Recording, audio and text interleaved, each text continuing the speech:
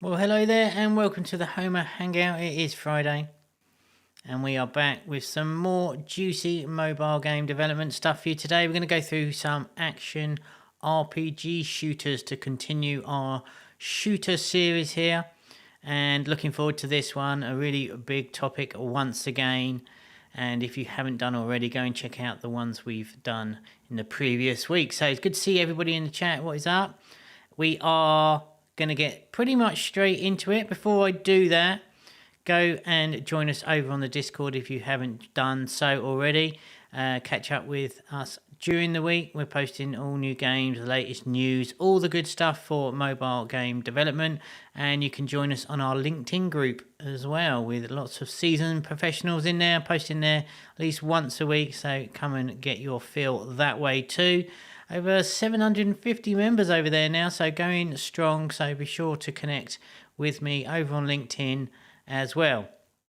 And we want to see your game. So if you've got a game that you want to test with us, be sure to come and join us inside Homa Lab for the industry leading tools to submit your games, test them. We will pay to test them. And you can get all the stats on how your game does on retention, CPI, all the good stuff. So be sure to come and join us there. Come and send me your games. We want to see them. The publishing managers want to see them. So come and do a test with us, and we could see your game in the Homa portfolio very soon indeed. All right, let's get into things. What is up, Addy? What is up, Ian? What is up, Ian? What is up, Petru? What is up, Jilly? Good to see everybody. Let's jump straight into things and get things going today. Big subject, this one. And if you didn't see last week's especially, there's a lot of overlap in terms of definitions and core loops and all of that kind of stuff. I've taken it off this week's slide only because it was a duplication, really. So go and check that one out as well after this stream, of course. And if you want to keep seeing content like this from us, do hit the subscribe button to get notified, and hit the like button, and that shows me that you're interested in this kind of stuff. And it helps me out a ton, let's face it. So happy Friday. Let's get going today. Action RPG shooters. Let's start off with some definitions, as we do. And roguelike and RPG mashed together. So most of this was a replication from last week. I've included roguelike rather than roguelite, only because the origins, of course, kind of hold a little bit truer to these ones. These are deeper hybrid games. So the roguelike is originating from the original Rogue game, as we covered last week. But the RPG, and I know most of you will know what an RPG game is, but it's the role-playing game, really driven by characters and story and upgrades, opposed to, you know, the more hyper-casual type things, which I know a lot of you are building. This is more, these are real games, if you want to sort of say it like that. So these are getting a lot deeper in the content, but it's really important to get the definitions in place before we get going. I'm not going to read the slides out on this one, only other than the action RPG, which is really what we're sort of concentrating on today. And these are really a fusion of the two, but hyper casualized up, if you were like to say it kind of like that. Really heavily influenced by hyper casual gameplay in essence, and they take back all the heavy duty RPG elements where if you play those games, you'll know that they can be really UI heavy. There's a lot going on, plenty of game systems, plenty of characters and story and all that stuff, but they condense it down into what is a hyper casual-esque gameplay style. The best way I can really describe it for gameplay wise is the control system, which I want to touch on just before we move on here. In the gameplay itself, It's very, very hyper casual, and it's basically drag to run. And then once you start running, you start shooting essentially, which is really, really hyper casual. And I think this is one of the key backbones of the success of these, and why I think it's still accessible, whatever the size of your studio is, you can definitely dip your toes into this sort of genre, and it's super powerful. So let's get into the core features of an RPG, just so we're all super clear, because you'll see a lot of these elements inside the action RPG shooters. So you have character development, storytelling and decision making, quests and missions, exploration, and of course a lot of stats and attributes that we can assign to our player to level ourselves up, and that can be equipment, weapons, all sorts of things. It's a vast open sort of area here in terms of where you can take these games, but just so it gets a flavor of the RPG elements, I thought it was quite important to sort of just get these 5 bases down. Now, of course, there's loads of other things. This is kind of an overarching overview, as you were. There's lots of different elements that go into this, and there's things missing. But these are the key ones I think are pretty staple to an RPG. All right. So we're going to concentrate, and you'll see a lot of examples from Arch Hero, one of the sort of the OG of the hybrid casual genre, released back in 2019, which is absolutely wild to think that this is, honestly, it's about, given a week, it's 3.5 years old. That is crazy. Estimated downloads, 85 million. Estimated revenue, 200 million. Now, these are estimates gathered around from data sources such as data.ai, Sensor Tower, but the general consensus, it's around 200 million, with the biggest countries being US, China, and South Korea. Now, 3.5 years later, still 200,000 monthly active users, which is pretty impressive. I'm sure you'll agree. And yeah, a very exciting genre to look at today. But yeah, a massive success. And if you caught last week's where we looked at Survivor.io for the Swarm 'em Up games, this is from the same developer, Habby. And I thought it was pretty interesting for this one, because this is the one that they really sort of cemented their name into the landscape. And I thought it'd be kind of interesting to delve a little bit deeper into the team and how they got there. And they are ex-Cheetah Mobile employees, or a lot of the team were, heavily rooted in hyper casual, coming from what was really made me smile when I did this, one of my favorite games of all time, the original version. They've kind of butchered it for monetization now, but Dancing Line from Cheetah Mobile used to be one of my favorite games for a very long time. A music driven game, but a beautiful game, a little bit of its time, until they started locking everything behind paywalls and VIPs and all sorts. It's a bit of a, it's not what it was, shall we say, but this is the team that was very much involved in those games from Cheetah Mobiles. I am going to read this slide, which I'm very guilty of not doing, but I think on this one I want to, because there's a lot of important points here that I don't want to miss. So one key aspect to Arch Hero's success was its unique gameplay and its semi-random procedurally generated levels. This means that no single level was exactly the same, which is really interesting when you start looking at the game's playability and the replayability of it. It makes for a really varied gameplay session. And instead of having an endless game, which, believe it or not, is one of the coming from hyper casual, it's very much level based games now. But there was a time where we did have infinite runners and stuff like that, and that's where hyper casual really changed the game for the casual / hyper casual market.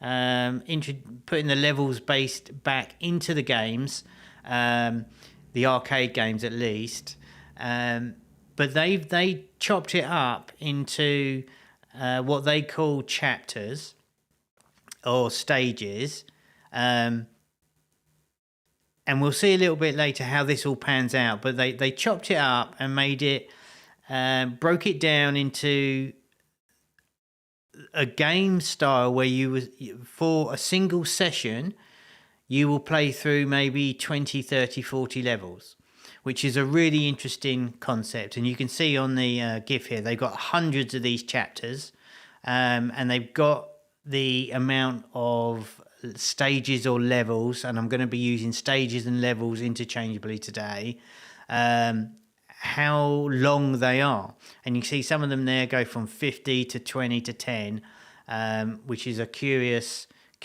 way and quite groundbreaking when it's first released. This gave a really good,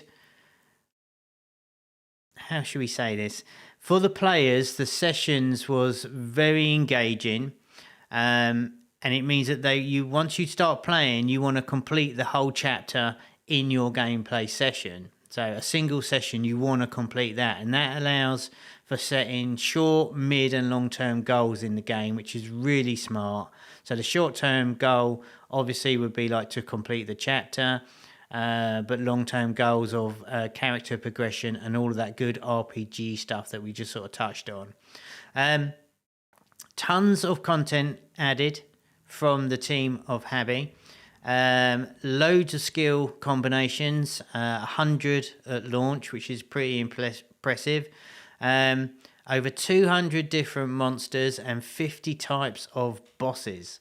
So you can see the content that they released with is pretty insane, but a really good bit of backstory, I thought, to see how this came about and launched Habby onto the mobile landscape with veterans of the industry. Alrighty. So let's get into what makes these games. Good to see everybody. Good to see you, Conti, Elbow, Petru. Good to see you. Very good indeed. Right, let's go for first time user experience and onboarding here. Due to the nature of the game design structure, a stage-based tutorial sequence works really well in these games. So as we just sort of mentioned, these are chopped up into little arenas, levels or chapters. And it works really well on here to have it sequential through each separate level or stage, or whatever we're going to call it, level or stage. So you can see on the screen now we've got this little arena here where we kill the baddie and we run through the door at the top. Why the first time user experience and onboarding works particularly well via sort of pop-ups here is that they're very much isolated. So you can sequentially isolate each bit of the tutorial that you want to portray on each screen. Of course, the initial onboarding and first time user experience should continue beyond this, and each time you add a new system or you want to teach the player something, that should continue in the same suit. But for this one here, it works. It's kind of handed to the game designer on a plate to segment this out as we go through the game. So we can, on the first part here, we can just tell them to run around using the virtual joystick. On the second one, we can shoot a baddie, and so on and so forth, just to handhold them a little bit until they get into more like crazy levels, which indeed they do. So I'm sure you all know about the importance of the first time user experience and the onboarding here. But this, as a designer, this is kind of It's low-hanging fruit, really. All right, so let's get out the gameplay setup here. We have got the base level or arenas or stages, whichever we want to call this. And essentially, you're looking at it on the screen there from Tail Rush here, total sort of rip from the Sonic. But you can see that this is essentially the arena that your character will play in throughout these games.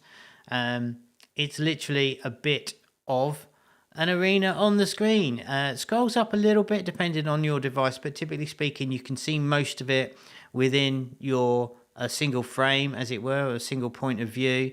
So you get to see a lot of what you're playing in. One thing to note here is that the character is typically always central to the middle of the screen. Because we have the virtual joystick and your thumb is permanently moving around, it's all about that, virtual joystick run to avoid, stop to shoot. That's really one trait you'll find through all these games, is that the character is pretty much in the upper 2/3 of the screen. So you've always got a good eye on what you're doing, which is pretty smart indeed. The initial level of these games will normally consist of a choice of weapons to begin your mission in, along with some kind of minigame, Wheel of Fortune type thing where you can get gold. So just by starting the chapter, you will be rewarded some gold, which is super helpful if you're struggling to complete the entire chapter and dying like on the first couple of levels or something. It always gives you the chance where you're continuing to level up to potentially still upgrade your weapons to get you past that. So it's an important aspect of the game design, this one. Kind of low key under the radar, but that's essentially what it's doing. Each time you're playing, you can collect gold even if you die immediately. So at some point you will be able to upgrade some of your stuff to get you further along on your journey. So important to remember this one. The mini games in here, or the roulette wheels, be it slots or whichever flavor of style you want to put a randomizer on here. The spinny wheel roulette type thing is very popular, as it always is. But you could do fruit machine. You could do some curious something else. You get my point. I'm sure you've seen various variations of this, but it's an important one to remember. On this initial level, you're rewarding the player straight away. Alrighty. Throughout that, you will get rounds of enemies, of course, but scattered in between, and this will vary depending on the game and how they've set it up. You'll always get, typically after 4 or 5 levels, you'll get a helper come in. We can see here from Legends of Libra, it's a totem. And what happens here is it gives you a chance to either revive your energy. If you got a battering on the levels before and your health is low, you can do a revive on your energy, or you can have an increased weapon upgrade depending on the game.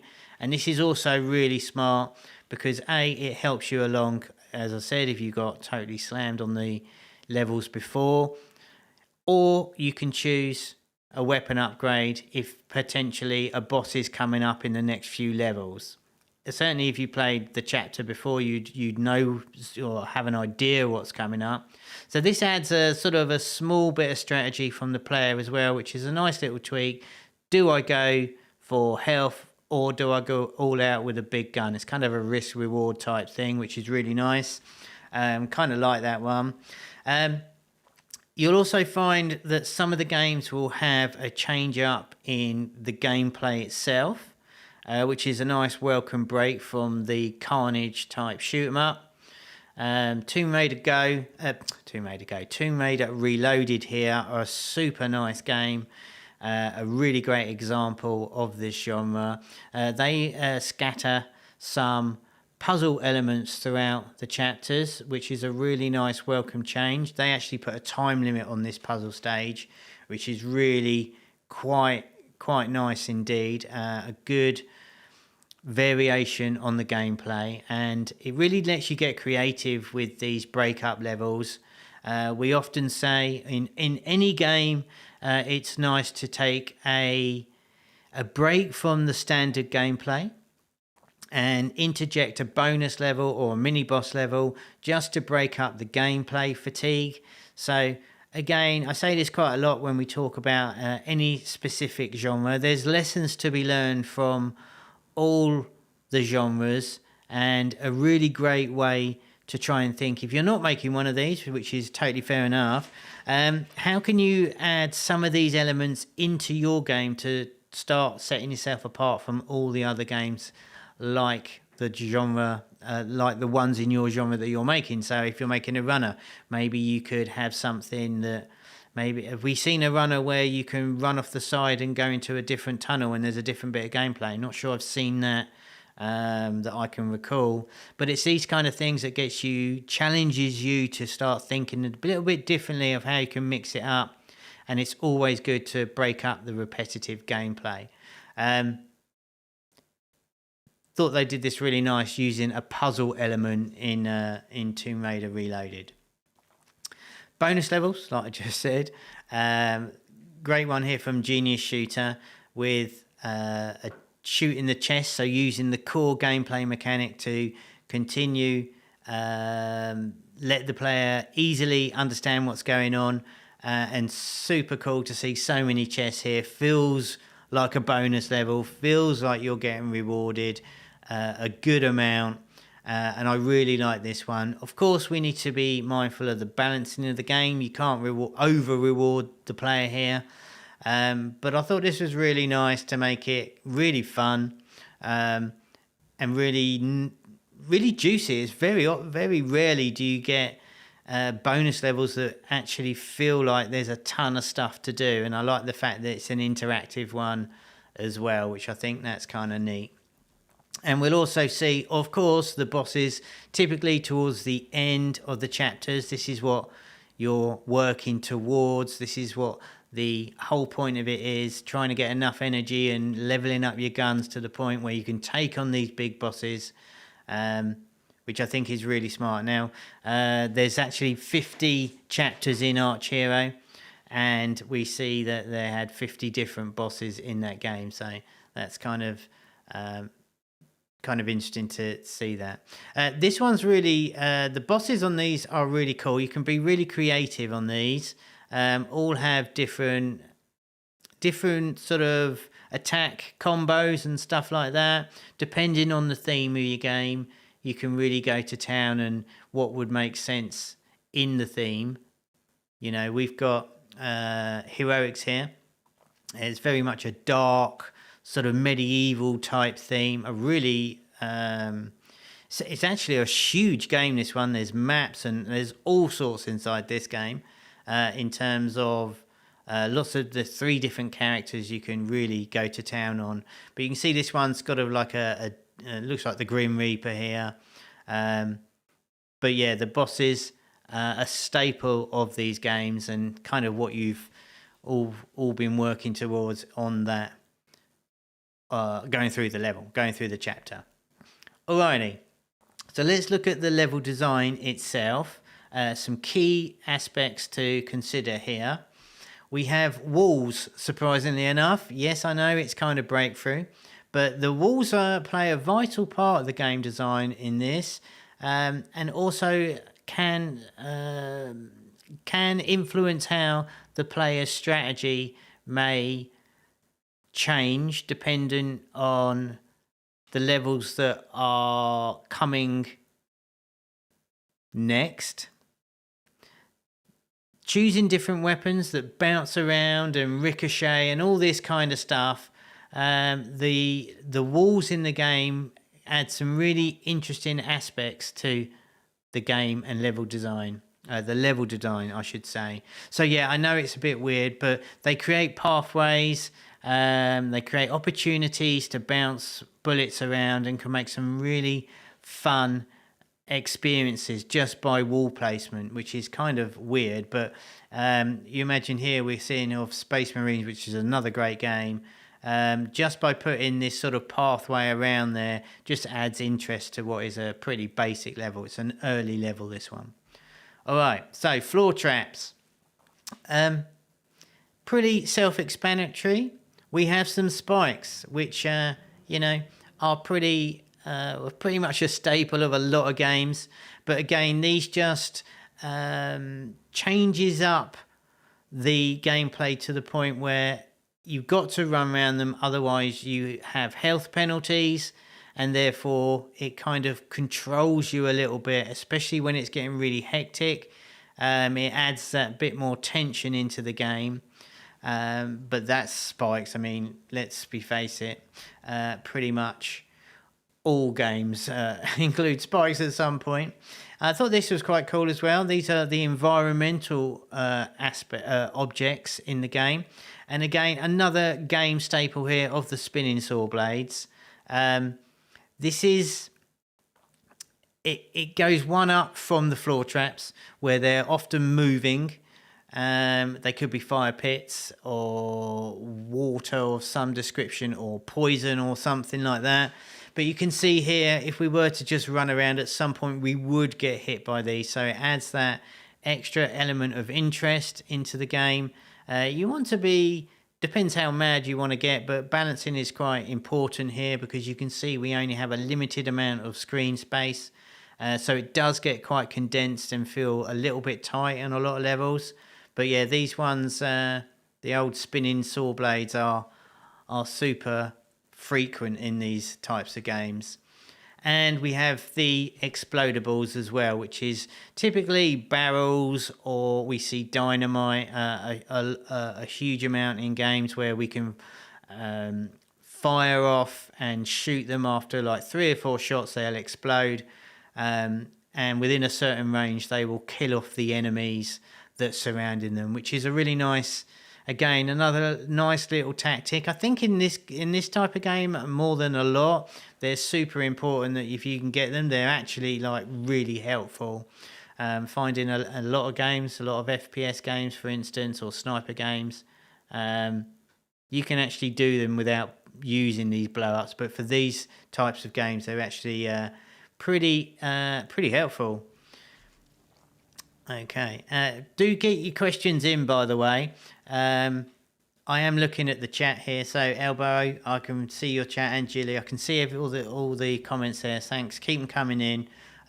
We will get to them at the end, and we'll have a Q&A at the end as well, of course. So let's take a look at the enemy. So we've gone through the arenas and some level design of what's typically in it. And again, this is an overarching view here.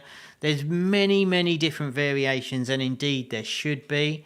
But these are like the building blocks, the staple sort of things that we see typically in all of these versions of these games, of which I think someone said earlier, Quanti said, there is a lot of these types of games. So yeah, but these are the basics. So let's have a look at some of the typical enemies. Close contact or melee enemies, which is essentially they're just static. You need to go up close. Well, you don't need to go up close, but they need to be up close for them to inflict some damage on you. Typically seen at the start, through the early stages. Yeah, and it is what it is on that one. Long range and multi-range.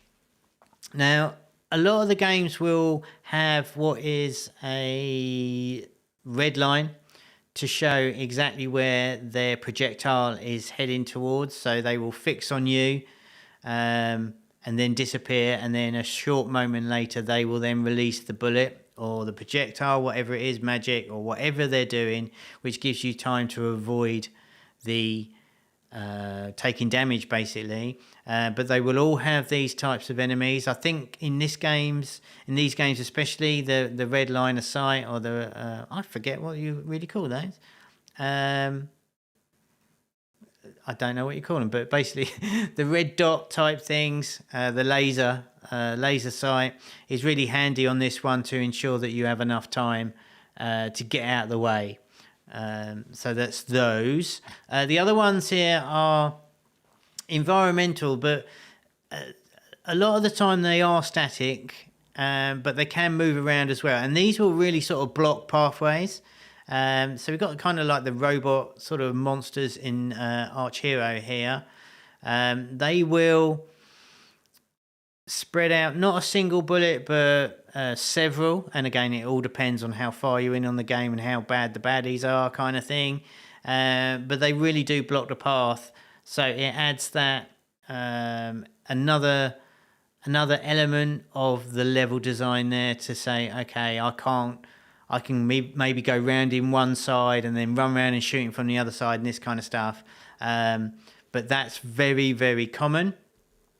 And the surprise or concealed enemies that kind of either come up from outside the walls, or they jump in, or they come underneath. I think we're looking at snakes in this one.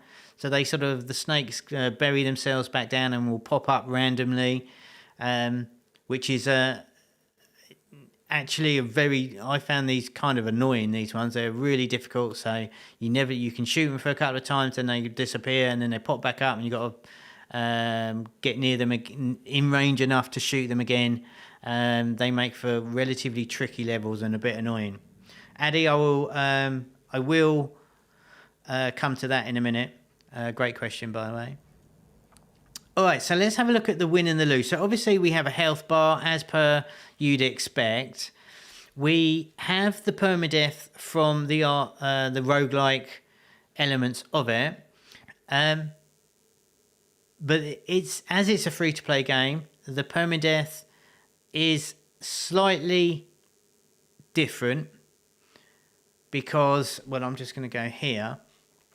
We've got monetization options in there. So whilst it is permadeath, because we're free to play, we're always looking for the monetization loops here. And this is a really good way. And I think the way they have this set up in chapters with the various levels, depending on how long it is, if you're on level 42 inside the chapter and there's 50 levels and there's just 8 levels to go or something. Let me start that again. If I've got a chapter with 20 levels and I die on level 17, the chances are that I will not want to go through and play that all again. So it's a great opportunity for monetization here. So whilst permadeath is a thing, it kind of isn't when we're talking about free to play. And it's a great spot to put an RV for a revive, or you could spend some gems to revive yourself, or some kind of way to make the player spend their monies or watch a video to carry on their session there. And I think it's a really smart one. So I really wanted to include this because I think it's one of the most powerful ones. Because if you grind all the way towards the end of a chapter, especially if it's like a 50, so you've done like 47 levels and you died just towards the end, that is kind of annoying and like, take my money, I want to continue. Tomb Raider here limits the rewarded videos to 5 a day, which I think is a curious thing, but potentially perhaps they may want you to spend the gems, which are of course available in the shop. But either way, the death here is a great revenue driver. Make sense? Hope it does. All right, I am going to go quickly to the chat just before I go any further. Elbow was saying there's also enemies with... Oh, I can't see it. God. Let's go back there. I've got my things here. There we go. Also enemies which throw projectile bombs. Let me just move something here real quick. Let's just get this out of the way. There we go. Sorry about that. There are also enemies which throw projectile bombs which pass over walls, but your movement is restricted by the walls. Yes, there is. Like I said, this is an overarching view of it. There's loads of different ones. There's also enemies with radial spirals around them. We saw that a lot last week in the survival shooters, where we have the discs around us that carve up everything in a particular radius from us. It's indeed a skill we can have ourselves in Arch Hero, but there's also those ones as well. So there's many variations here. I'm just talking about the staples really today. Addy says, I haven't seen many of these types of games been able to scale recently. Is this space too saturated? Well, actually, I'm not sure in terms of releases how many are coming out, Addy. I think this, and while we're covering the shooters over the these last few weeks and next week, is I think there's room for innovation within these shooters, and I think somewhere between the ones that we're covering, and somewhere in between with a merge of other genres, I think there's room for improvement and room for innovation, which is why I think I would love to see a particular one, if you had in mind, Addy, of why it didn't scale. Because if you're just doing more of the same and trying to rehash this genre, as with most things, I'm not sure it's going to win. You've got to bring something new to the table, as always. So this is why we're here to challenge you and get you thinking a little bit of maybe taking some other genre or some different mechanic that you can put into these to make them new. And you've got to remember, Arch Hero, as we said, is over 3.5 years old, and which in mobile years is about 400, right? So it's a very old game in terms of mobile at this point. So I think, Addy, I don't think it's too saturated. I just don't think the right game's been released and scaled by the right team. Quanti basically says, Quanti just answered my question in like 3 sentences there, saying perhaps the majority of them all look the same and don't have anything different.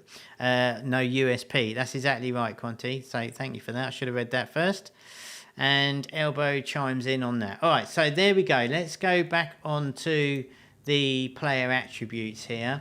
And let's have a look at the sort of character stuff and the traits where we're really starting digging into the RPG side of things. Talents is basically when you accumulate enough gold, and this is where the roguelite stuff comes in, where your base character starts to get upgraded. Again, in Arch Hero, they've done these randomized, which I thought was really smart indeed. So there's a various amount of talents that you can unlock here. You can see them on the screen. We've got strength and I can't actually see that on the view I'm looking at. What we got? Strength, power, iron and glory all have different talents and improve your player. And what I really like about this one especially is that as it's random, you never quite know what you're going to get, and you really want to unlock one of the locked ones. Now, if you land on one that you already unlocked, that can be upgraded too, which I think is really nice, and we can upgrade these by gold. So this is your base player raw sort of basic upgrades for when you start the game. You start off with higher attributes by default, which is really nice. Okay, equipment. Of course, equipment, no RPG would be without equipment. So this is your clothing, stuff like that, weapons. Oh, my slide's wrong there. How about that? Let's go on to the characters. How strange. All right, so when I've got the wrong slides there. That's very annoying. All right, I'll get back to that and I'll update that. Let's go into equipment and upgrades here. All right. These are your shooting stuff, your guns, your clothing, all of that kind of stuff, as well as scrolls or blueprints, which are typically fused to unlock further upgrades. So normally they will have 6 slots to fill up on your character. Each one can be upgraded in of itself.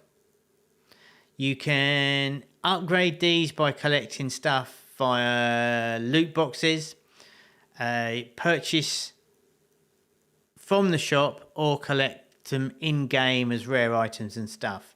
So you can use a combination of stuff you find within the levels to upgrade. Normally, you'd have to put a bit of gold in as well.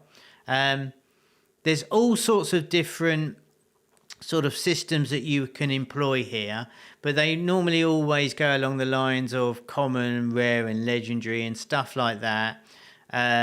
Most people are familiar with that concept, and as there's so much going on underneath here, and this is where the key is to hide all of this RPG stuff underneath, so you can sort of play it without getting massively overwhelmed by so much of the sort of game systems that they introduce.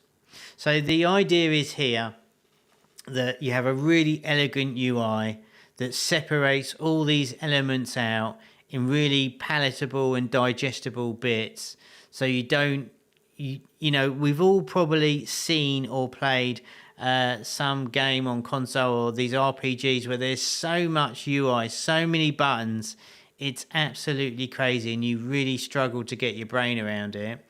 I think it's really important here that it's all separated out nice, and you hide most of the RPG underneath to make it way more accessible to most players. The shop has typically the packs and or a VIP sort of subscription depending on the game. You'll have gold, gems and energy is typically used to play the game, much like a lot of the match 3 games employ, where you have like 5 lives as or 5 rounds as default, and if you want to keep playing, you have to either buy more goes with gold. This one uses like tickets, I think, in Tomb Raider. Arch Hero uses lightning bolts, but you need 5 tickets to play a chapter, and once you've depleted all your tickets, then you need to either buy more via gems or from a pack within the shop. And that's kind of where we really need to curtail today in terms of the content and systems, because there's literally so many that go.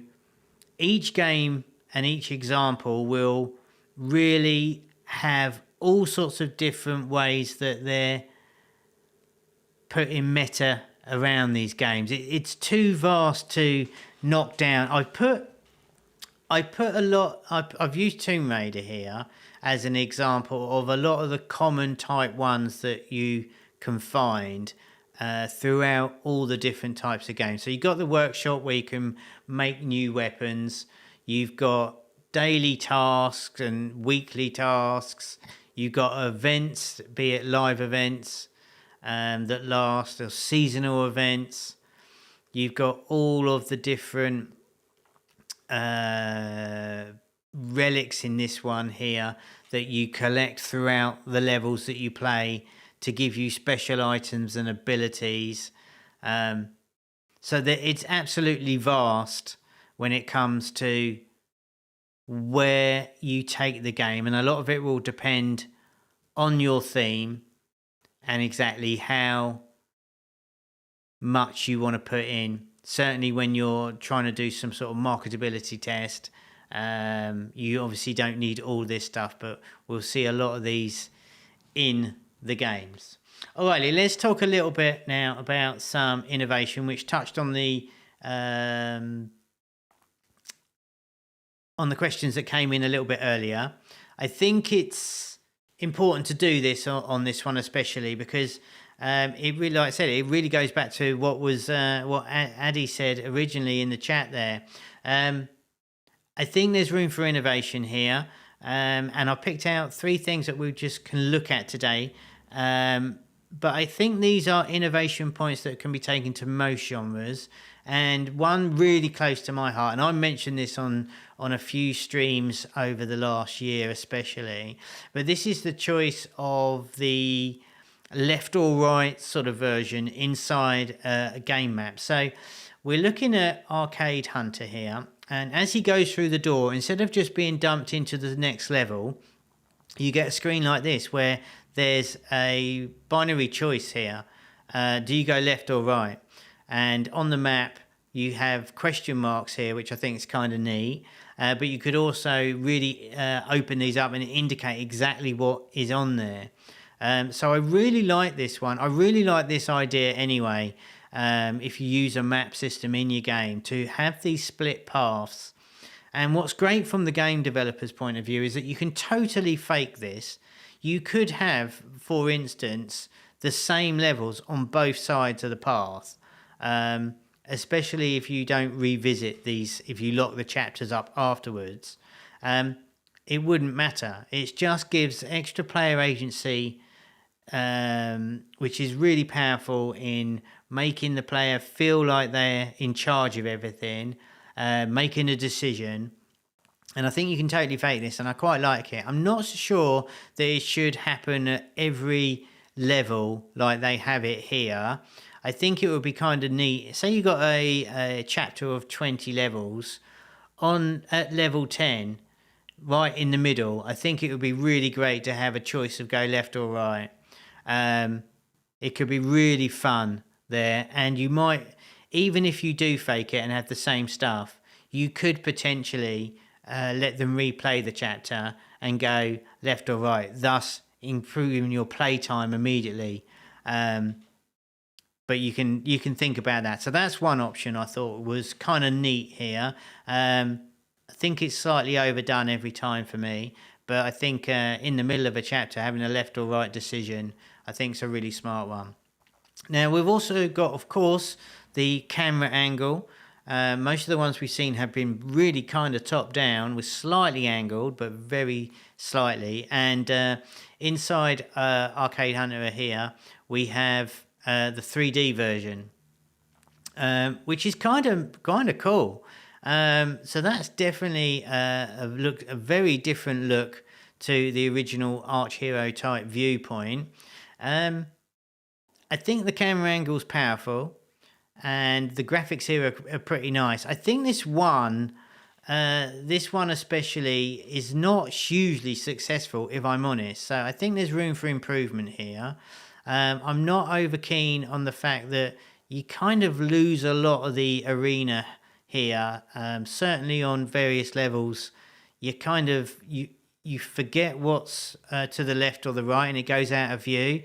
And I think of some clever panning here, especially if you train an AI to ensure that the whole arena is viewable with some panning and zooming. I'm not sure how that would work in reality, if it would be too much in and out too fast or something, or maybe just zoom the camera out a little bit more by default. But I think it's really nice to have this sort of more angled view from the camera here. And I think it really does change it up completely, and I like the fact the 3D-ness of it as well. I think it makes for quite an exciting game. And one more thing is an alternative level or stage system. So we saw them all going through the top door and going on to the next one sequentially. Space Marines here, which is a really great built game. They've made this more of a TPS shooter, which I might even include it in next week's talk that we have together. So this is very much on par. There's a new Voodoo game out like this. I really enjoy these games. These are sort of they're less RPG in essence, and they're more action-y, I would say, even though they have some complex systems in there. But I really like the camera angle on this one. But the innovation really comes here of, instead of just going up all the time, how about you mix it up and go left or right? And you can see here, whilst the new rooms are sort of filled with smoke and a pier, you're not having that loading screen in between each level. There's also another game that I'm not sure we had an example on today, where they don't shut it off. You just cross a bridge over to the next one. But I think this one's way more effective. It feels more like an action game, and holds all the same sort of baseline stuff that we've gone through today, but mixed it up rather than going completely up. Feels a lot less linear, this one, especially without the load screens in between. But that's just some ideas that I think could be interesting.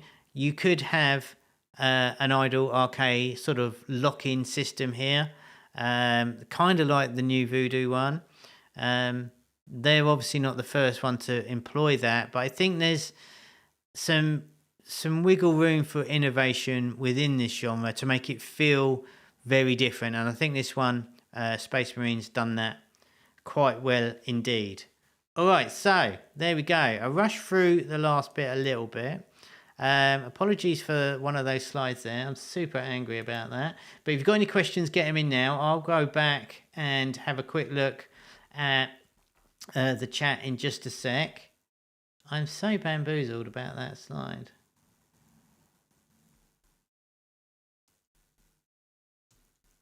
I don't quite understand.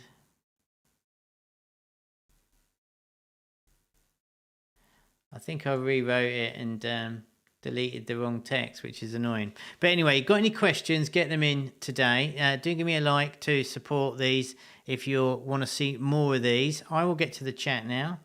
Now I can see it in here properly. And let's see what this says here. What's your opinion about displaying ads within the level, like placing a large TV model? Oh, I know what you mean. Yeah, so when we worked on Color Switch, we had some in-game ads that came up on billboards in that game. I think it's an interesting one. I'm not sure I think that's down to the monetization team to put their 2 cents on that, and I'm not that. That's kind of outside of my lane. I think if you're self-publishing, that could be a good idea to try, but I would normally stick to the more traditional sense of the monetization in terms of placements and types, so playables, RVs, interstitials, banners. A lot of the time with these new, I think it was Uyo or something that we were using on Color Switch, I think for the most part, there's more important things that you should be focusing on, Shri Raj. But that's just my 2 cents. I wouldn't want to deter you, but I would imagine there's better things to be doing there. Multi-choice map is very clever. Yeah, I like that. I like that one especially, Addy. It's something. I'm super bullish on maps. I've no idea why. I've actually got a whole stream about game maps if you want to go and check that out. I think they're really powerful, and you can do a lot with them for very. I think why I like them is they're really sort of. They're low cost for a game developer to do. We put them in some of our games. Because they're really cheap to do, and they add a lot of value for very little work indeed. And I love the idea of giving the player agency of the choice. I think you can have a lot of fun with that, and I think it's a really cheap, easy way to add value to your game without having much development cost. Jilly likes the 3D version. Camera should be a must try on the marketing too. Yeah, exactly. I think that would definitely be right. I think you definitely do different angles, as we talk about on the CPI show so much. Definitely try out different angles. But anybody got any more questions here in regards to this type of genre? Is there anything that you think we missed that we want to cover? Because I can pick up the slack next week. A lot of the content in terms of the meta is so vast. It's almost impossible to cover because everybody approaches it differently, and it really will depend on the style of your game and what would make sense for that. There's a lot of systems that you can essentially just play the games and get a good idea to get the structure of it. But as we mentioned last week on the survival shooters, you really need to plan this stuff out and what will make sense for the games that you're playing, you're building, I should say. All right, let's just see if there's any more in. I'm on time for once, which is incredible. Perhaps I'm learning. That's this. So, if we have an idea which is based on a movie or comic, can Homa ensure copyrights agreements with the original owner can be taken care of? No. Is the short answer. There's no way that we could agree to do anything like that. No, that's the wrong way around. We would be looking to secure an IP based deal before. I just no. No is the easiest way to answer that. That's not that we wouldn't work it. It wouldn't work like that at all. Let's see what this is from Addy. I wonder if the upgrade meta is made closer to idle arcade inside a playable rather than a bunch of UIs. Exactly. I think there's a real synergy between arcade idle and this sort of genre. If you take a screenshot of in-game play, you could be looking at the same type of game, right? Because it's got that camera angle and view. I think there's some really nice crossover here. That could be some real innovation within arcade idle, or the other way around in action RPG. I think where I don't know. I mean, this is where your creativity is coming into play. I'm here to just try and spark some ideas and try and expose you to some game systems that you can consider. Maybe some of these systems are how you separate your game apart from the rest, and which is, we know, is innovation is key in mobile, in anything, to be fair, for the most part. You either need to innovate or do the same better, and for the most part, innovation will win every time. But yeah, I think that's a good idea. A video, hey! Another week I get to butcher your name. Hope you're doing all right. RPG are very complex. Do you have some metrics specific to this genre, retention, playtime, etc.? Not publicly available, but I can guarantee that the metrics are beyond bonkers in terms of playtime. As we mentioned at the start, if you begin a chapter can last 10 to 15 minutes for a single one. I think the key is here, and we're looking for the playtime as one of the key KPIs when we're testing the game. So I think this one fits. It has all the hallmarks of keeping the retention up with the character progression, and the playtime being off the charts for the replayability, and because you're invested in a good amount of levels. This isn't your pick up and play hyper casual as such. Now it is worth mentioning that if you do sort of I don't know, most of them do have a pause button, is what I'm trying to say. So you can pause if you are on level 12, you can pause throughout. But for the most part, because the meta and the character progression is so deep on these games, or potentially pretty deep, as well as all the upgrades and the clothing and all of that stuff, I would imagine that the metrics are big. And it's played out from the success of likes of Arch Hero and stuff, right? So unfortunately, a lot of the time I'm unable to share these sort of metrics because they're not, they're only available to the developers themselves, and we have Homa doesn't publish a game like this at the moment to share data with you. But rest assured, we wouldn't be recommending these types of things if we didn't feel that they're a good option. The other thing as well is, like, can you take some of the elements of this and put it into your game? So that's what I want the biggest takeaways to be. What can you do, or what can you learn? Or tell me in the chat now, is there one thing that you thought, oh, that might be a good idea? I know Addy said about the arcade idol within it, but this is kind of why we're doing it, to expose you to the different game systems and the different, like halfway through, like we said about the helper levels. I thought that was really interesting. Do you have any breaks in your game where you can actually help your character out to revive himself? Or could you split your game into different levels like this system? Could you put a chapter in your game? Would that make sense for whatever it is you're building? And could that be like, oh, all of a sudden, my runner looks and feels and plays very different just by splitting it up into chapters like that? I mean, that's an interesting one. I don't think I've seen that before. Multi-choice map. Yeah, absolutely. I've got to put that on there. All right. So I hope you found that interesting today. Again, apologies for the slide hiccup there.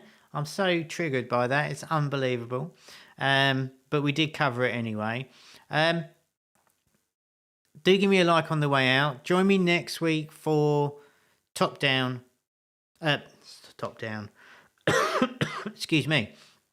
Third person shooters, which will probably round off the shooter type series, because we've covered FPS, we've done survival, we've done Arch Hero today, action RPG I should say, and we're going to do third person shooters tomorrow. And any sort of shooting game, we've kind of got it covered. So I think it's going to be a really valuable series for everybody to rewatch at some point and think, oh, hold on a minute, maybe I take this bit from that one, this bit from that one, and all of a sudden I've got a very different feeling game. And now I'm not producing a game that just looks like all the others that I see on the store, because that's what we're really looking for, the innovation.